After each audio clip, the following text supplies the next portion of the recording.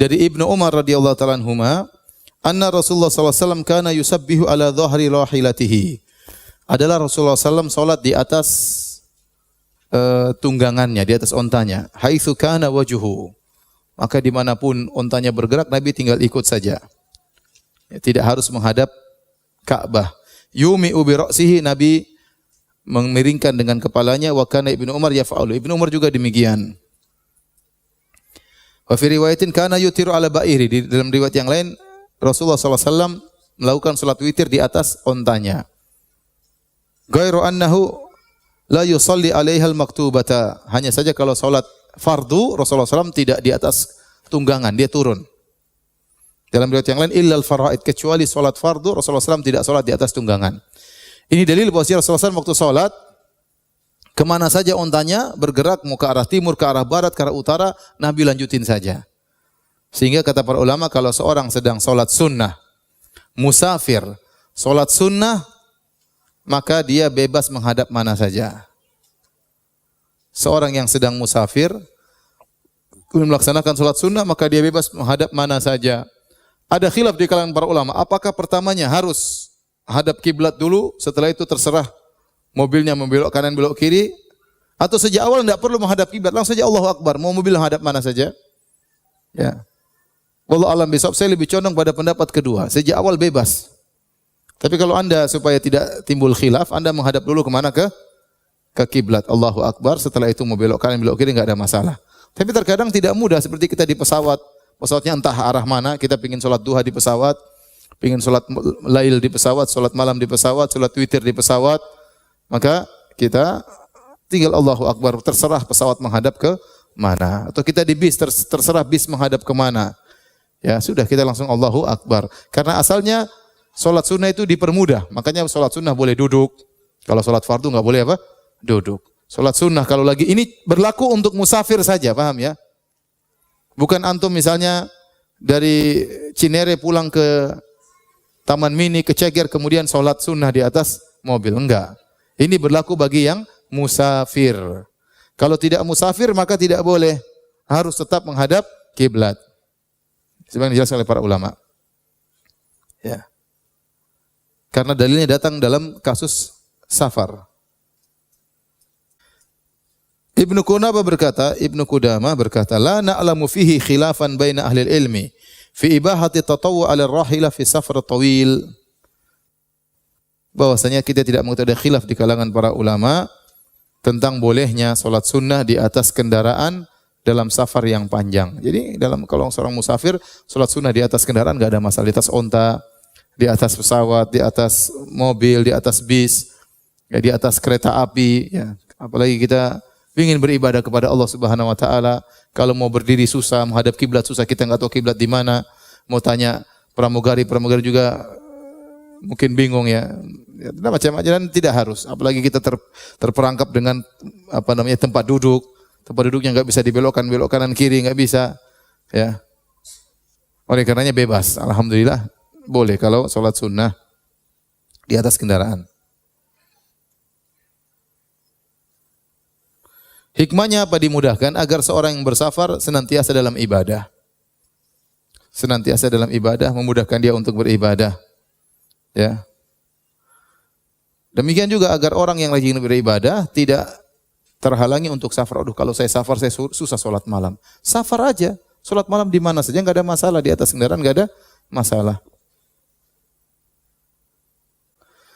Ustaz, kalau kita salat tidak tahu kiblatnya di atas kapal, boleh tidak kita menghadap kemana saja? Ya, kalau kita berusaha tahu, apalagi kalau kita kapalnya mudah kita untuk bergerak, ya.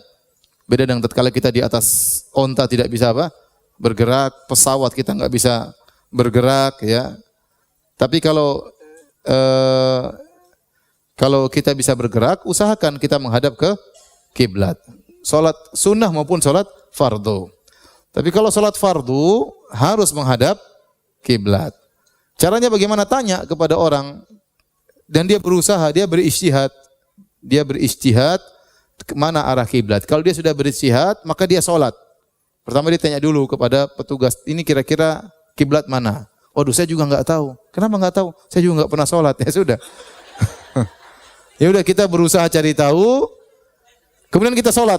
Menghadap mana saja nggak ada masalah. Tapi kita berusaha dulu cari tahu, terutama sholat fardu. Ingat tadi pembicaraan kita tentang bolehnya sholat tidak menghadap kiblat itu kalau sholat apa? Sunnah sedang safar. Sunnah sedang safar. Kalau sholat fardu harus menghadap kiblat. Harus menghadap kiblat. Kecuali tidak memungkinkan. Selama masih mampu, maka kita harus menghadap kiblat. Maka kalau kondisi di kapal, kita tanyakan dulu di mana arah kiblat. Ya. Kenapa? Ya kalau di kapal memang ada tempat sholatnya, musolanya ada. Saya sering naik kapal dulu. Ya. Makanya kiblatnya berubah-ubah. Ada di atas tinggal di belok kanan, belok kiri. Ya. Kita masuk lihat sebelah mana. Ya, kita masuk Allahu Akbar. Terkadang orangnya lupa belokin. Ya udah kita sholat. Tahu-tahu lagi sholat orangnya belokin. Oh, ya petugasnya kurang apa? Ya kalau kita rubah aja, nggak ada masalah. Nanti akan kita bahas pada pertemuan berikutnya. Ya. Kalau naik pesawat yang ada musolanya cuma pesawat Saudi Airlines. Selain Saudi Airlines tidak ada musolanya. Maka ibu-ibu tentunya tatkala di tempat duduk tidak bisa menghadap apa? Kiblat. Aturannya sebenarnya begini, selama mampu menghadap kiblat, selama mampu berdiri harus menghadap kiblat. Harus selama mampu. Ya. Maka kalau antum mampu sholat berdiri, maka berdiri dalam pesawat. Ustaz malu saat dilihat orang. Bismillah aja enggak apa, bismillah berdiri. Kalau memungkinkan. Kalau ternyata goyang maka duduk. Ya. Kalau pesawat tenang, tidak ada goyang sama sekali. Begini, kalau ternyata kita mampu, ini misalnya kita berangkat duhur dan asar, dan kita tahu kita mendarat di waktu asar, dan bisa dijamak, maka jamak aja, nggak usah sholat di pesawat. Tapi kalau ternyata kita tahu tidak bakalan bisa jamak, karena waktu akan hilang, maka sholat di pesawat. Semaksimal mungkin harus menghadap kiblat, harus bisa berdiri. Karena sholat fardu harus menghadap kiblat, harus berdiri. Kalau tidak memungkinkan, ya sudah jangan berdiri. Contoh kita berdiri goyang, ditegur sama pramugari, duduk mbak. Ya udah kita duduk ya. Duduk mbak, Allahu Akbar. Mbaknya takut juga. Nah, tergantung orang, ada yang kurus, ada yang gemuk. Kalau gemuk mungkin susah berdiri dan macam-macam ya. Situasi dan kondisi ya. Tapi intinya orang beda-beda ya. Semaksimal mungkin menghadap kiblat, semaksimal mungkin apa?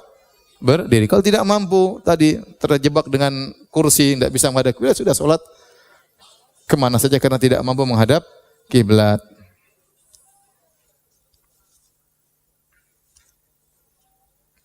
Ustadz, ketika kita mau sholat tapi tidak tahu arah kiblatnya, maka apakah sholat kita sah atau harus diulangi lagi? Tadi caranya harus cari tahu dulu, berusaha. Pakai HP, pakai kompas, nanya. Setelah mengira-ngira, kita sholat, tahu-tahu kita sadar setelah itu, ternyata kiblatnya salah, sholat tetap sah. Dengan syarat kita sudah berusaha. Tapi kalau tidak tanya-tanya langsung aja, tidak boleh. Harus tanya-tanya dulu, harus berusaha dulu. Kalau sudah berusaha, ternyata ketahuan belakangan sholat kiblatnya salah, tetap aja sah sholatnya.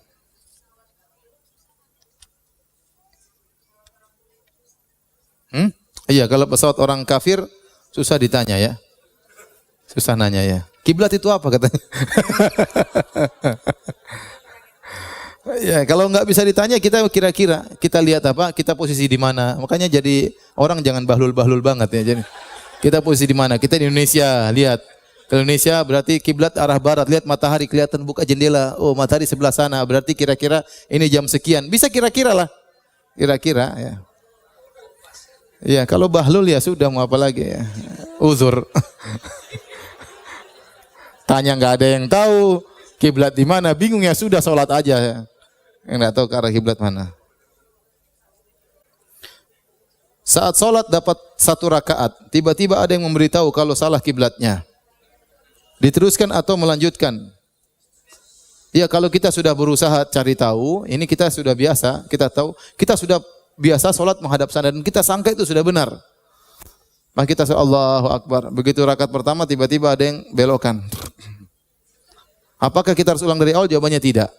Selama memang kita sejak awal sudah berusaha tahu kiblat arah situ, ternyata ada yang kasih tahu kalau itu apa? Salah. Ya. Maka kita boleh balik. Ya. Jangan tidak mengapa. Beda kalau sejak awal kita cuek, tidak peduli, sudah tahu kita nggak tahu kiblat, kita sembarang aja. Ternyata salah, maka tidak boleh. Jadi intinya kita sudah berusaha enggak itu dulu. Kalau sudah berusaha cari tahu, maka kalaupun ternyata salah enggak ada masalah.